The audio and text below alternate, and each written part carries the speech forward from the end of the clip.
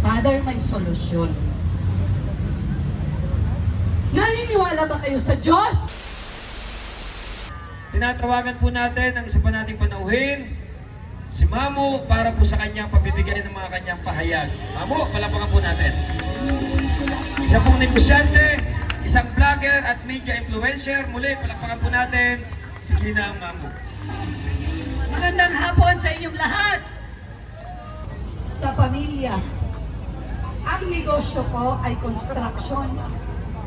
Marami po akong tao. Tuwing nakikita ko yung mga containers ko na dumadating ng araw, natutuwa ako. Bakit? Yung negosyo ko magsimula na ipinababa yung mga imported na mga construction materials.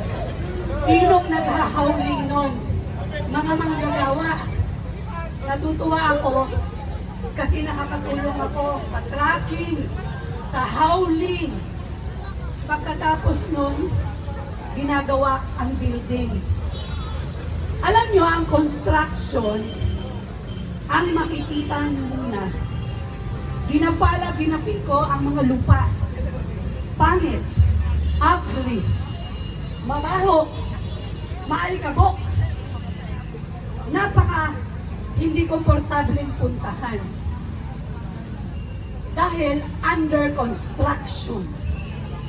Pero, pag nagawa na, papasok ako sa building, papasok ako sa opisina ang ginawa ko, uupo ako sa isang sulok, makikita ko, ang ganda-ganda. Gawa ni Mamu yan. Ang bansa nating Pilipinas sa ngayon, ako'y naniniwala, ay under construction. Ngayon, dahil under construction, magtulong-tulong tayong magawa ng maganda at maayos.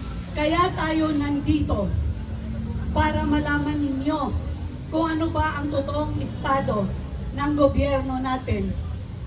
Ilang araw lang ang nakakaraan, nagkaroon ng press conference ang ating mahal na Tatay Digong, si PRRD. Anong sabi niya? Hinahamon niya at tinatanong niya. Magtatanong din ako. Ano ang gagawin ng Armed Forces of the Philippines sa kaalaman nilang ang ating presidente ay adik, ang Chief Commander-in-Chief of the Philippines ay adik. Hinahamon ko ang Armed Forces of the Philippines. Ano ang gagawin ninyo? Ang mandato sa inyo ng Philippine Constitution ay protektahan ang bansa, ang bayan, at ang katauhan. Pangalawang tanong, tandaan natin to at huwag natin kalimutan. Nagbenta sila ang administrasyon ng ginto. Alam nyo ba ang ginto kung gaano kahalaga sa buong mundo? Ang mga ibang bansa bumibili ng ginto para meron silang reserves. Pero tayo nagtatapon. Tayo nagbibenta palabas. Ang tanong, nasaan ang 125 billion na pinagbilhan ng ating ginto? Sunod na tanong, nasaan ang 129 billion na pera ng PhilHealth na inilipat sa pondo ng presidente ng Pilipinas? Sa tanda kong ito, senior na po tayo. Ngayon lang ako nakakita ng presidente ng Pilipinas na pinakialaman ang pondo ng mga ahensya ng gobyerno. Ang alam ko nung araw pa, pinupunduhan ng gobyerno ang lahat ng ahensya na to. Hindi kinukuhanan. Ngayon, ang hinihingi natin yung computation. Anyari, nasaan na? Ang ating mahal na VP Inday Sara, kinukulilit nyo ng mga funds niya. Confidential funds. Confidential nga eh. Di ba no-brainer yan? Pero yung mga pondo na yan na binabanggit ko ngayon, nasaan na? Magbigay kayo ng computation. May karapatan ako na magtanong bakit.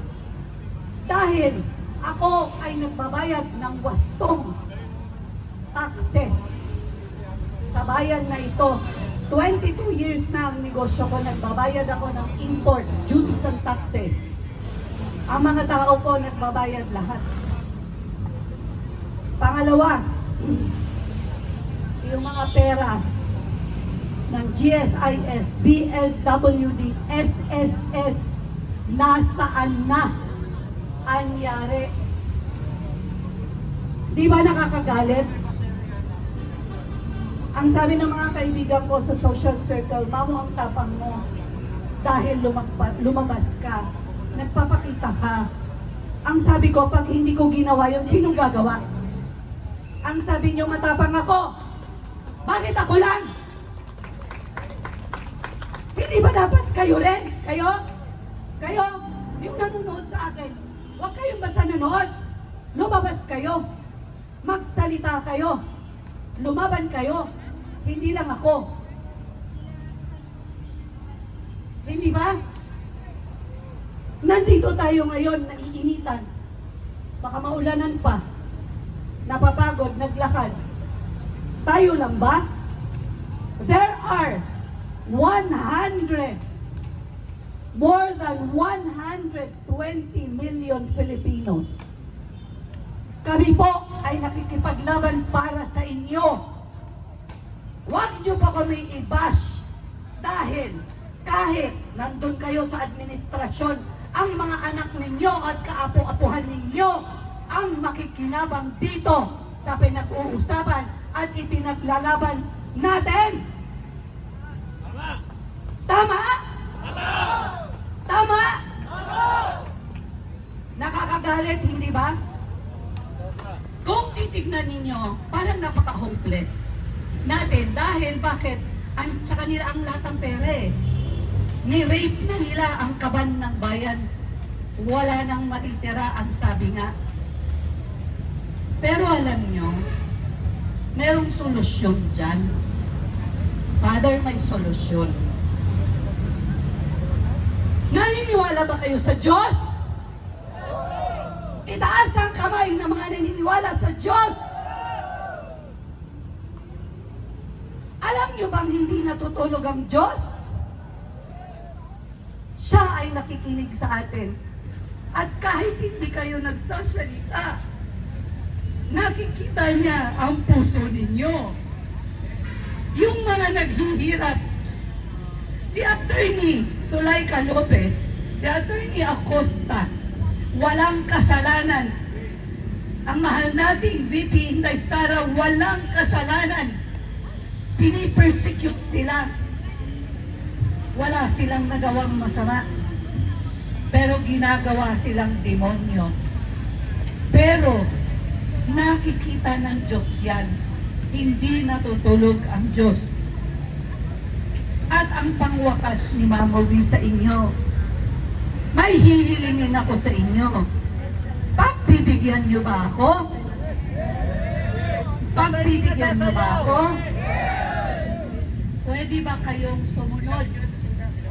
Magdadasal ako, sundan niyo ang dasal ko. Dahil ang Diyos ay hindi natutulog, nakikita tayong lahat. Alam niyo ba na may propesiya sa buong Pilipinas na tayo ay magiging maunlad pagdating ng panahon? Ang conversion ng dollars to peso ay maging 1:1. Naniniwala ba kayo doon? Parang wala akong narinig sa sagot. Naniniwala ba tayo doon? Ako naniniwala doon na mangyayari yon. Pero kailangan nating maniwala. Kasi kung may paniniwala tayo, ang langit ay magbubukas.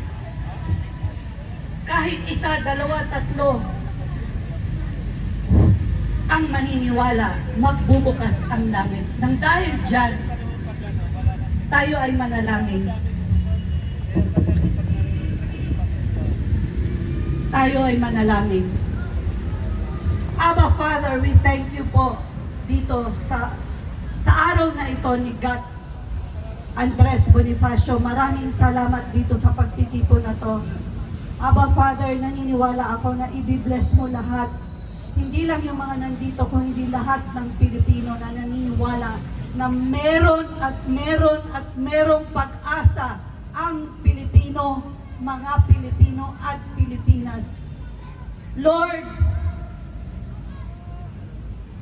hindi ka natutulog.